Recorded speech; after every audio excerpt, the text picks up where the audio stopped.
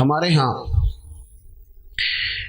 اب جو سب سے بڑا مسئلہ ہے نا، لوگ سمجھتے یہ ہیں کہ درد صرف اس کا نام ہے کہ آپ یتیموں کے لیے، بیواؤں کے لیے، مسکینوں کے لیے کوئی سوسائٹی بنا دیں اور یہ کام آپ کر لیں تو یہی درد ہے۔ حالانکہ جو یہاں سارا کچھ ہو رہا تھا، مدرسے کی بات ہو رہی تھی، یہ بہت بڑا درد ہے۔ آپ نے کسی غریب کو بھکاری جو بنانا ہے تو آپ ان غریبوں کے بچوں کو اداروں میں لا کے داخل کرائیں اور ان اداروں کی سرپرستی کریں تو وہ انشاءاللہ تعالی اللہ فضل کرے گا تو بھکاری نہیں بنیں گے، رہنما بنیں گے، مقتدا اور پیشوا بنیں گے۔ یہ سرکار کا درد ہے، یہ حضور کی چاہت ہے۔ نبی پاک صلی اللہ علیہ وسلم نے کہیں نہیں اعلان فرمایا کہ مکے میں یونیورسٹی بنائیں گے، سڑکیں پکی کرائیں گے۔ ہم کسی بات سے اختلاف نہیں کر رہے، یہ سارے کام خیر کے ہیں، فلاحی۔ لیکن نبی پاک صلی اللہ تعالی علیہ وسلم نے جو عنوان قائم کیا نا لوگوں کی اصلاح کا، وہ یہ ہے کہ میں تو اخلاق عالیہ کی تکمیل کرنے کے لیے آیا ہوں۔ انسان کا اخلاق سنور جائے، اس کی تعمیر ہو جائے، وہ کچھ بن جائے تو سب سے پہلے تو اسے اپنے آپ کو سکون نصیب ہوتا ہے، پھر جو اس کے قریبی ہوتے ہیں وہ بڑے سکھ میں آ جاتے ہیں کہ عادتیں سنور گئی۔ سرکار اصلاح فرماتے، تعلیم و تربیت کا خاص درد۔ یہ جو حضور کبھی طائف جاتے، کبھی عکاظ کی منڈی میں جاتے، کبھی لوگوں کو پیغام حق سناتے، تو اس کے پیچھے وہ درد تھا کہ اللہ کے بندے اللہ والے بن جائیں، دوزخ سے بچ جائیں۔ قاضی اعجاز رحمۃ اللہ علیہ نے حدیث لکھی ہے، حضرت سیدنا انس بن مالک رضی اللہ تعالیٰ عنہ فرماتے ہیں ایک بدو حضور کی بارگاہ میں حاضر ہوا، دیہاتی تھا، ان پڑھ تھا۔ ہمارا رویہ کئی دفعہ سخت گیر ہو جاتا ہے سادے لوگوں کے ساتھ، اور بہت سارے لوگ ہیں جو جان چھڑا لیتے ہیں کہہ کے کہ گاؤں والے جاہل ہیں جی، سارے انہیں کیا پتہ ہو، ان پڑھ ہیں جی۔ تو یہ تو آسان کام ہے، کسی کو جاہل کہہ کے جان چھڑانا تو آسان ہے، لیکن اس جاہل کو عالم بنا دینا یہ کمال ہے، اس کی تربیت کر دینا یہ کمال ہوتا ہے، یہ انفرادی فعل۔ دیکھیں نا، بہت سارے لوگ زیادہ ٹریول کرتے ہیں، گھومتے ہیں، مسافر رہتے ہیں، اللہ آپ کو جزا دے جی، پیسے مدرسے میں دیں گے آپ، اللہ خوش رکھے، تشریف رکھیں، اللہ آپ کو بہت ساری برکت دے، جزائے خیر دے، آپ تشریف رکھیں۔ میں نے عرض کیا تھا، میں نے جو وعدہ کیا کہ تھوڑی سی بات کرنی ہے، میں اس پر قائم ہوں، تو آپ بس سنیں، اللہ آپ کو برکت دے۔ دوستو، جو لوگ زیادہ ٹریول کرتے ہیں نا جہازوں میں، ان کو پتہ ہوتا ہے، وہ آگاہ ہوتے ہیں کہ یہ سفر کس طرح کرنا ہے، اس کے کیا لوازمات ہیں، فلائٹ کا کیا سٹیٹس ہے، کس طرح کر کے ہم نے چلنا ہے۔ عادت ہو جاتی ہے نا، جو کام آپ زیادہ کرتے ہیں اس کے آپ عادی ہو جاتے ہیں۔ اور ہم نے یہ بھی دیکھا ہے کہ لمبی فلائٹس ہوتی ہیں تو لوگ سو جاتے ہیں، سوئے رہتے ہیں، انہیں کوئی پرواہ نہیں کیا ہو رہا ہے، کون آ رہا ہے، کون جا رہا ہے، عادی ہو گئے نا کہ اس کام کا۔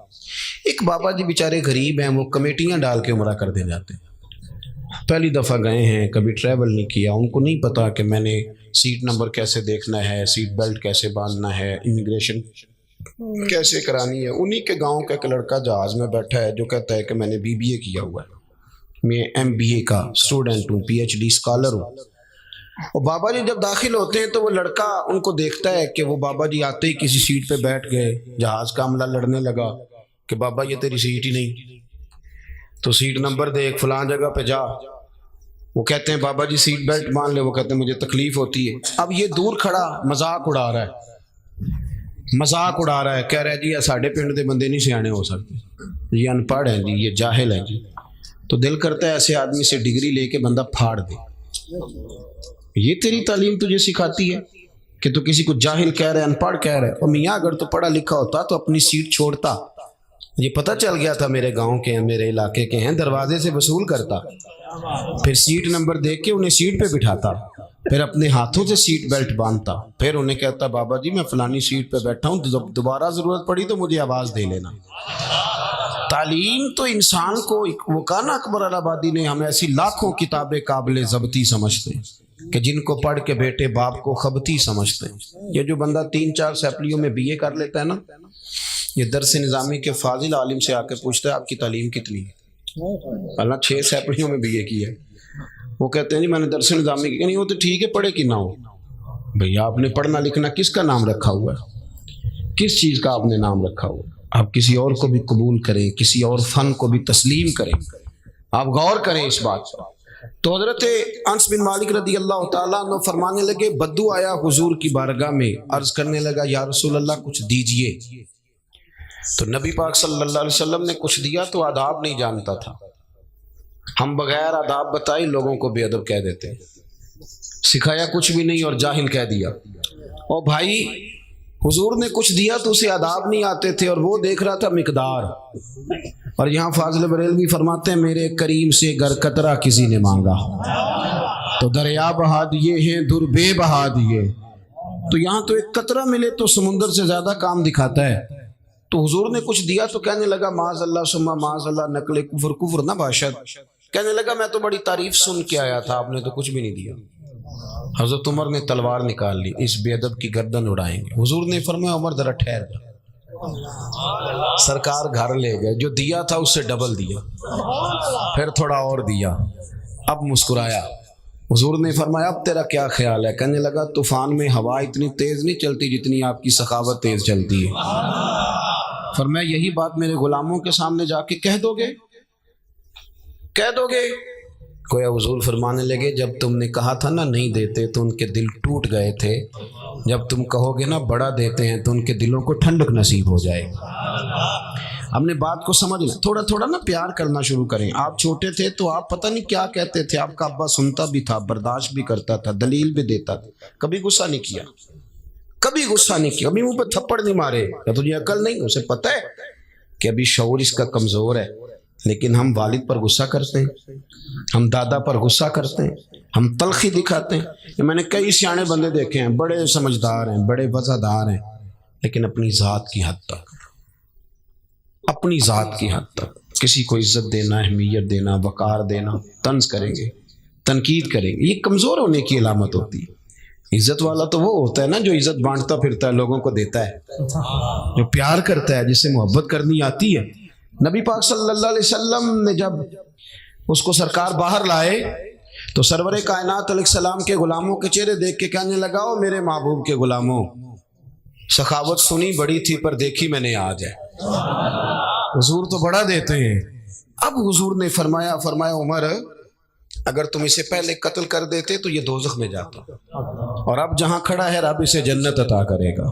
ایک مثال دی سرکار نے، وَتِلْكَ الْأَمْثَالُ نَضْرِبُهَا لِلنَّاسِ، مثال ہوتی ہے سمجھانے کے لیے، مثال ہوتی ہے سمجھانے کے لیے کہ بات انسان کے ذہن تک جتنا اس کا معیار ہے، اسٹیٹس ہے، جو نہج ہے، وہاں تک پہنچ جائے۔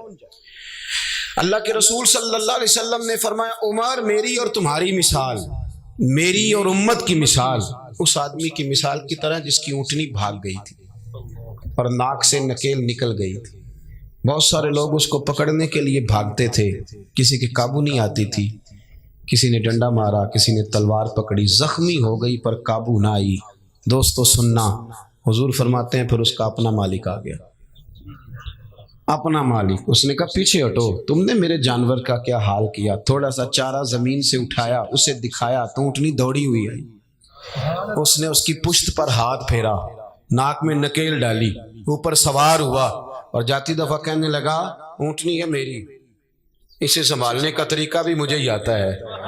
گویا حضور بتا گئے امت ہے میری تو عمر اسے سنبھالنے کا طریقہ بھی مجھے ہی آتا ہے، مجھے پتہ ہے کیسے کر کے ان کے دلوں میں بات اتارنی ہے، کس جگہ پہ جا کے ان کو سنبھالنا ہے، کس طرح کر کے۔ اعلیٰ حضرت نے کہا نا چور حاکم سے چھپا کرتے یا اس کے سوا، تیرے دامن میں چھپے چور انوکھا تیرا، تیرے ہی دامن میں چھپے چور انوکھا۔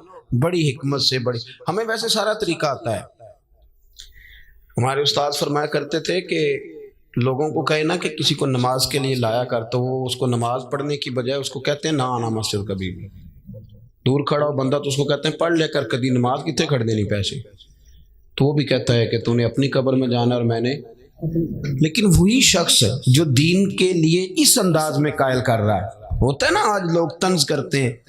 اور وہ حضرت عمر فاروق کے پاس آ کے ایک شخص نے کہا تھا کہ میں بیان کرنا چاہتا ہوں، تو فرمایا نہ کرنا، تو تقریر کرے گا تو سامنے والوں کو گناہگار سمجھے گا۔ یہ زوم آدمی کو، اس زوم میں آدمی آ جاتا، بڑی مشکل ہوتی۔ تو بہت سارے لوگ ہیں ہم دیکھتے ہیں کہ وہ طنز کر رہے ہوتے ہیں، اس طرح تنقید کر رہے ہوتے ہیں عوام پر۔ دیکھیں نا وہ ہمارا نقیب آتا ہے، خیر میرا تو تعلق اس خوبصورت جماعت سے جس کا نقیب بھی شہنشاہ نقابت ہوتا ہے، تو شہنشاہ کی پھر مرضی ہوتی ہے جو مرضی کرے، شہنشاہ نقابت جو ہوا تو کئی دفعہ کہتے ہیں تھوڑا مزہ نہیں آیا, تسی تے سرور والے بندے نہیں. تو دل کرتا ہے کئی دفعہ کہہ دیں کہ یار تو 25,000 لے کے آیا, یہ مفت آئے ہیں سارے بیچارے, اور تو تنقید کر کے گزر رہا ہے. اتنے کمزور لوگ لفظ بولتے ہیں, اس انداز میں لوگ بات کرتے. تو بزرگ فرمایا کرتے تھے کہ یار تم نے کسی سے ادھار پیسے لینے ہو نا, اپنے حق میں قائل کرنا ہو تو تمہیں بڑا طریقہ آتا ہے. ٹیلی فون کرتے ہو, بھائی کدھر ہو؟ وہ کہتا ہے جی میں تو گھر ہوں, حکم کریں. نہیں, وہ فون والی بات نہیں. ملے کہاں ملیں گے, میں کل ملوں گا. وہ کل شام کو وہاں پہنچتے ہیں, پھر منت کرتے ہیں, اس کی کہانی سناتے ہیں کہ بڑا مجبور ہوں, اور اس طرح سناتے ہیں کہ وہ مان ہی جائے, اور پھر وعدہ کرتے ہیں وقت پہ لٹا دوں گا. وہ سارے دلائل جس سے وہ نرم ہو جائے وہ ہم دیتے ہیں. اپنے حق میں قائل کرنا ہو تو رنگ اور ہے, اور اگر اللہ رسول کے حق میں قائل کرنا ہو پھر ہماری طبیعتوں کی سختی دیکھنے والی ہے. پھر وہ داعیانہ حسن ہی نہیں, وہ اسلوب ہی نہیں, وہ خوبصورتی نہیں, وہ اندر درد ہی نہیں, وہ کیفیات ہی نہیں. اپنے اندر لوگوں کے لیے نرمی لائیں, تھوڑا سا پیار کریں, تھوڑا دائیں بائیں دیکھیں. آپ یقین کریں کہہ کے نا ایک دوسرے کو غلط, تو ہم اس ماحول پہ لوگوں کو لے آئے ہیں کہ لوگ سمجھتے ہیں ساری دنیا ہی چور ہے. ہمارے بچے سمجھتے ہیں شاید ہم اس گوتن میں رہتے ہیں جہاں دائیں بائیں لٹیرے بستے, کوئی بندہ ٹھیک رہا ہی نہیں. ہم نے اپنے مزاجوں میں اتنی سختی, سازش, غیبت, اتنا ماحول کڑا کر دیا, آنے والی نسل سمجھے گی پتہ نہیں کہاں پیدا ہو. اس طرح نہ کریں, نرم کریں اپنی طبیعتوں کو, اپنے دلوں کو نرم کریں, کسی سے پیار کریں, کچھ ذوق بنائیں, کسی کو سنوارنے کا, کسی کو سجانے کا. اور یاد رکھیں بدلہ لینے سے تکلیف ہوتی ہے, معاف کرنے سے اللہ سکون عطا فرماتا ہے.